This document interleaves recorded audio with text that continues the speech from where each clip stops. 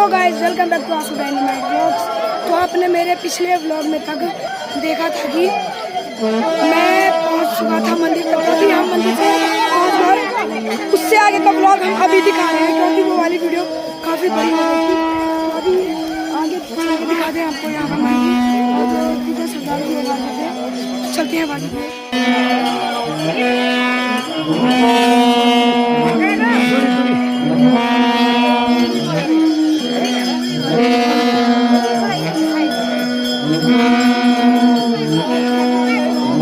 और ये है मंदिर काफी अच्छे और देवता भी अभी मंदिर में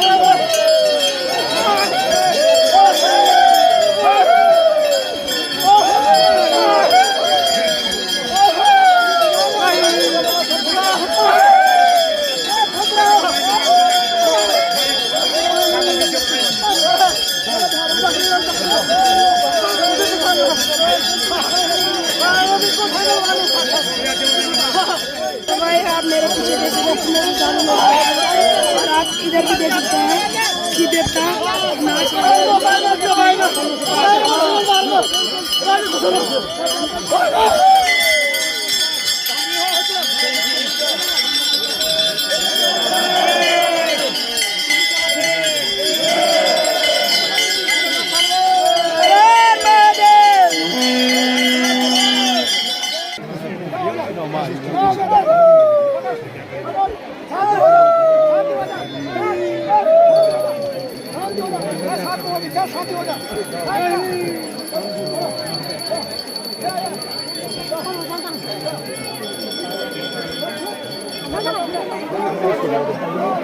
और आप देख सकते हैं श्रद्धालु लोग देखने के लिए पेड़ों पर चढ़े हुए हैं, ऊंचे ऊंचे पेड़ों पर। सो गाइस अभी यहाँ पे मंदिर में धूप धाप जलाएंगे, क्योंकि हम मंदिर में हम पहुँच गए हैं। तो अभी यहाँ पे हम धूप जलाएंगे, धूप मैंने जला दिया और मंदिर में रख देंगे। तो चलता हूँ मैं मंदिर की।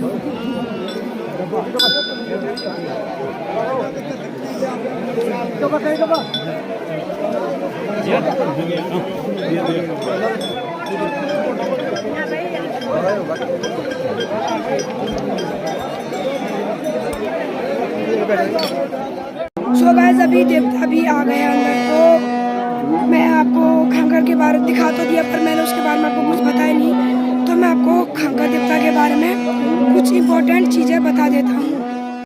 तो मैं आपको पहले उसके बारे में बता देता हूँ कि खंकर है क्या। तो जो खंकर थे, जो नागवंश के एक राजा थे ब्रह्मगिरी, तो उनकी कई वर्षों तक संतान नहीं हुई। तो वो एक दिन रात्रि में सो रहे थे। फिर सोते सोते उनको रात को एक दिन सपना आया कि ब्रह्मगिरी को कि रात को कि आपको मृत्यु लोक जाकर एक खैर का पेड़ है उसके बगल में एक तालाब है, वहाँ बैठकर आपको तपस्या करनी है।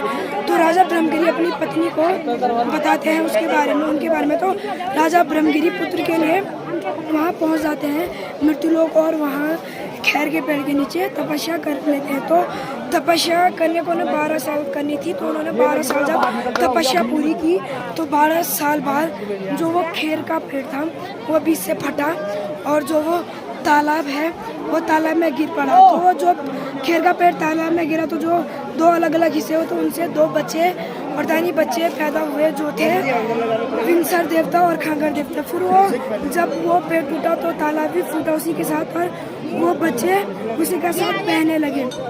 फिर बहते बहते वो बच्चे वहाँ से एक नदी के किनारे आते हैं और एक महिला थी जिसका नाम था मेघमाला।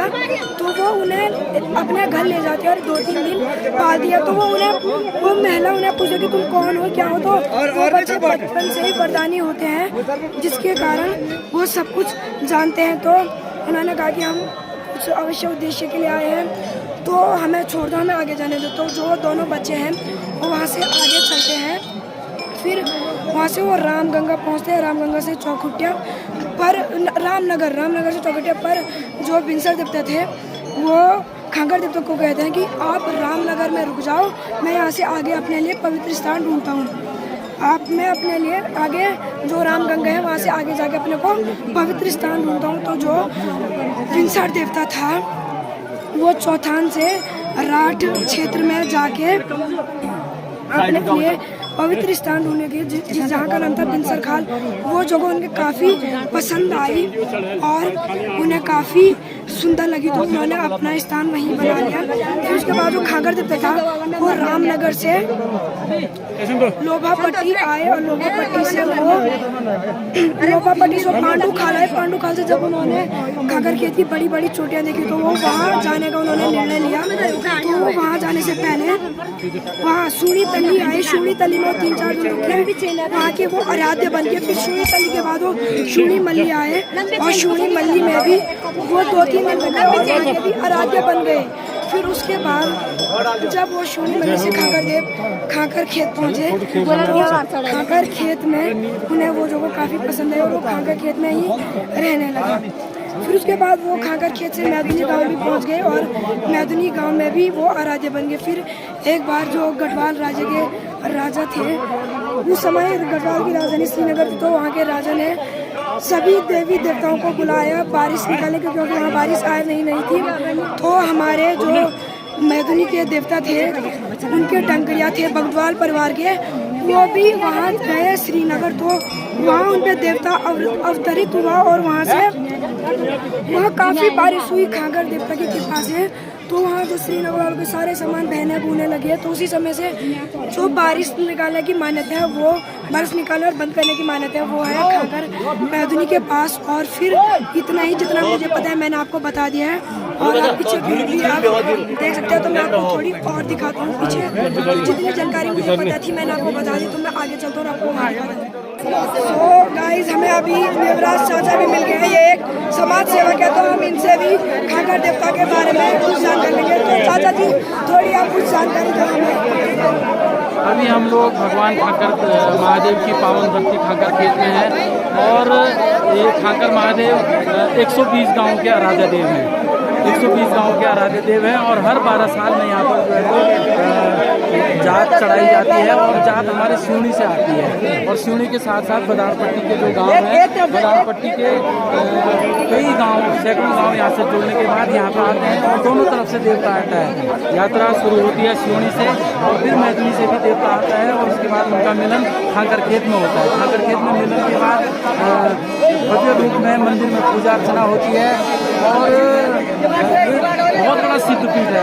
यहाँ पर साक्षात महादेव के दर्शन होते हैं और पौराणिक जो हमारा पौराणिक मंदिर यहाँ पे है खांकर देवता को एक वर्षा का देवता भी कहा जाता है। जब भी हम लोग हमारे सारे गांव किसानी से जुड़े हुए हैं, खेती करते हैं और जब भी अगर खेतों में सूखा पड़ता है तो हम खांकर देव की पूजा अर्चना करते हैं और खाकर देव से प्रार्थना करते हैं कि हे प्रभु हमें बारिश दे दो। तो तत्काल मतलब कुछ क्षणिक समय के बाद जो है तो बारिश हो जाती है।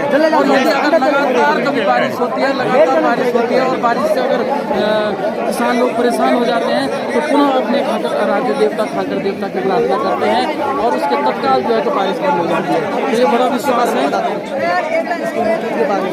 और बहुत ही मतलब सारे लोगों की जो आस्था है हमारे खाकर देवता से जुड़ी है। हजारों की संख्या में श्रद्धालु यहाँ पर आते हैं, हजार की संख्या में अपनी मनोकामना को लेकर के यहाँ मंदिर में आते हैं और उनकी मनोकामना पूर्ण होती है।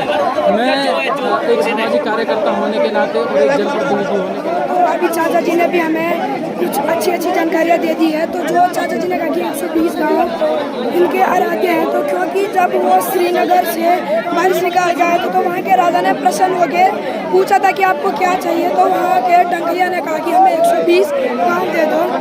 तो कुछ ऐसा था। तो अभी मैं इस व्लॉग को एंड करने जा रहा हूँ क्योंकि काफ़ी भीड़ हो गई है। तो अगर आपको मेरा ये व्लॉग पसंद आया तो प्लीज़ लाइक कीजिए, शेयर कीजिए, सब्सक्राइब कीजिए और ज़्यादा से ज़्यादा लोगों को शेयर कीजिए।